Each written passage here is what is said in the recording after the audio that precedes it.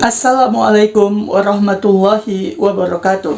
Halo kawan-kawan semua, jumpa lagi dengan saya Dedi Setiawan. Di sini saya mengambil posisi sebagai kawan baca, kawan yang menemani teman-teman semua dalam membaca. Penampilan saya yang seperti ini itu tidak dimaksudkan supaya dianggap sebagai apa gitu ya. Tidak seperti itu.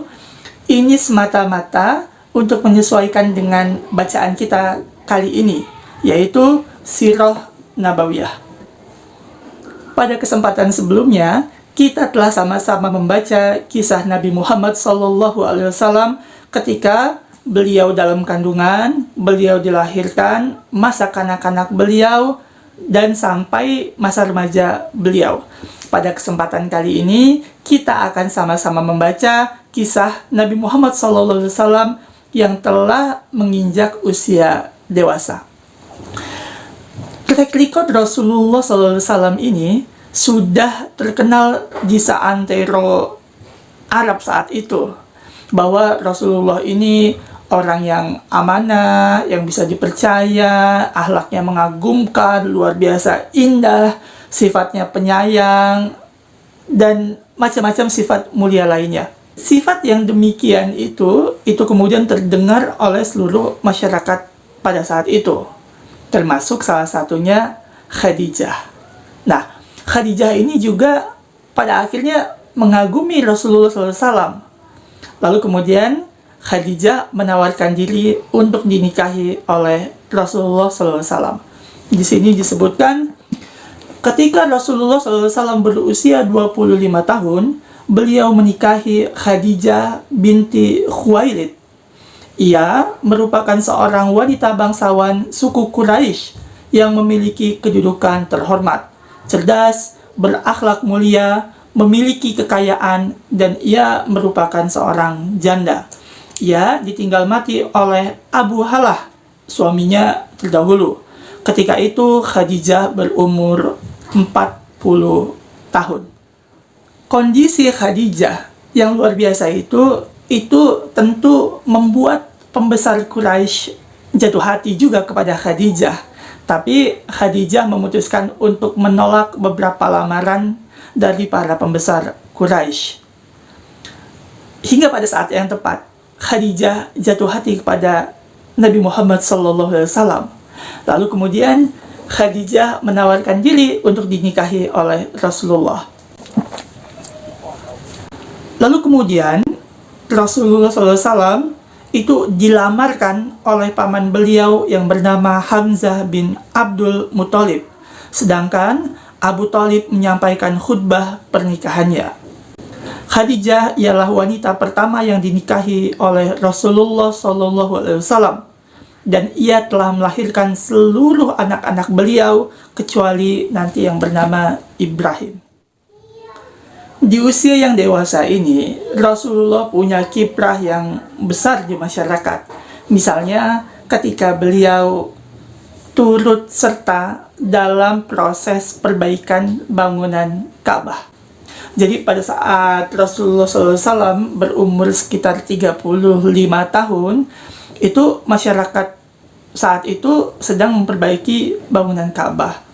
Lalu kemudian pada saat mereka sampai pada perbaikan sudut Ka'bah, mereka berselisih paham. Siapakah orang atau suku yang paling berhak meletakkan Hajar Aswad pada tempatnya semula?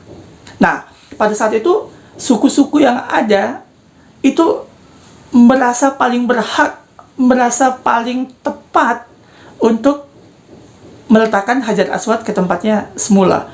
Hampir saja terjadi perang pada saat itu.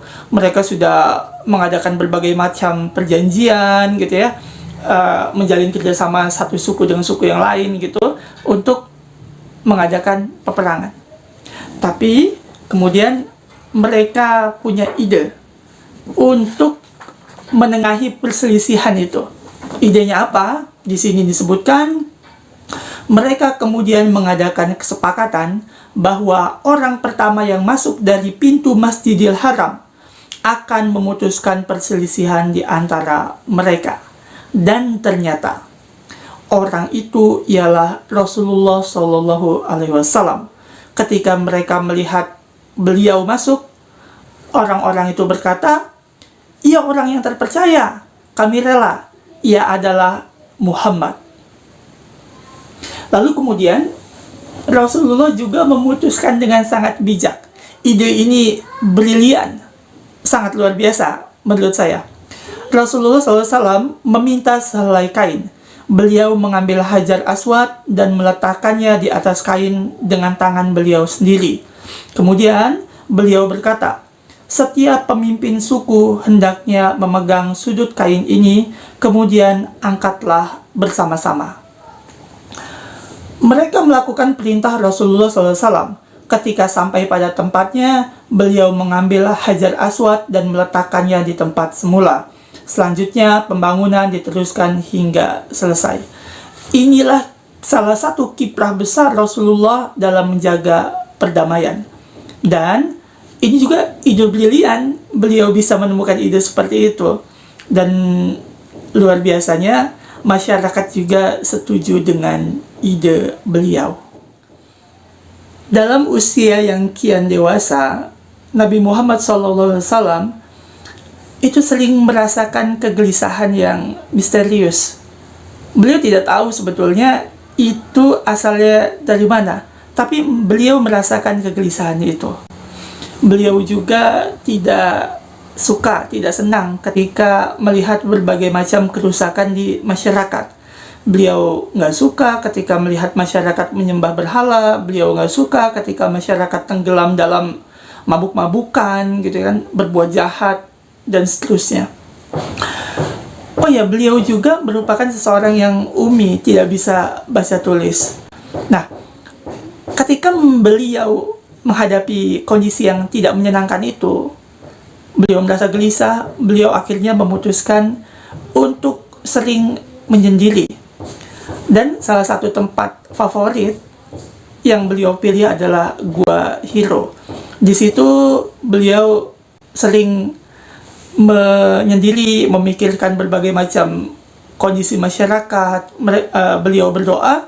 Kalau di sini disebutkan beliau beribadah dan berdoa menurut cara agama Ibrahim yang lurus dan fitrah yang murni yang kembali kepada Allah Subhanahu wa Ta'ala. Pada saat itu juga beliau sudah sering mendapati tanda-tanda awal mula turunnya wahyu ya. Misalnya beliau sering bermimpi tentang cahaya putih, tidak ada apa-apa, tapi dalam mimpi itu ada cahaya putih gitu. Lalu kemudian ketika beliau berjalan, beliau sering mendengar ada yang mengucapkan salam, "Assalamualaikum ya Rasulullah," seperti itu. Lalu kemudian ketika beliau menengok ke kanan dan ke kiri, ke belakang, tidak ada apa-apa yang beliau dapati kecuali batu dan pohon-pohon. Sampailah kemudian pada waktu yang telah ditetapkan untuk mengangkat beliau menjadi nabi.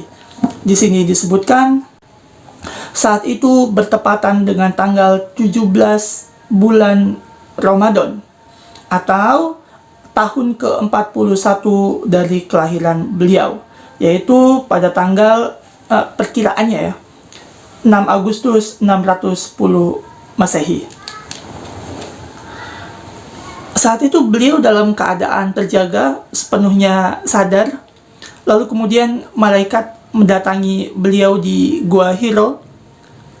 Malaikat itu berkata, "Bacalah." Beliau menjawab, "Aku tidak bisa membaca." Rasulullah SAW menceritakan, malaikat itu menarik dan mendekapku hingga aku merasa kepayahan. Kemudian melepaskanku. Ia kembali berkata, "Bacalah." Maka aku menjawab, "Aku tidak bisa membaca." Ia kembali menarik dan mendekapku hingga aku merasa kepayahan. Kemudian ia melepaskanku kembali dan berkata, "Bacalah." Aku kembali menjawab, "Aku tidak bisa membaca."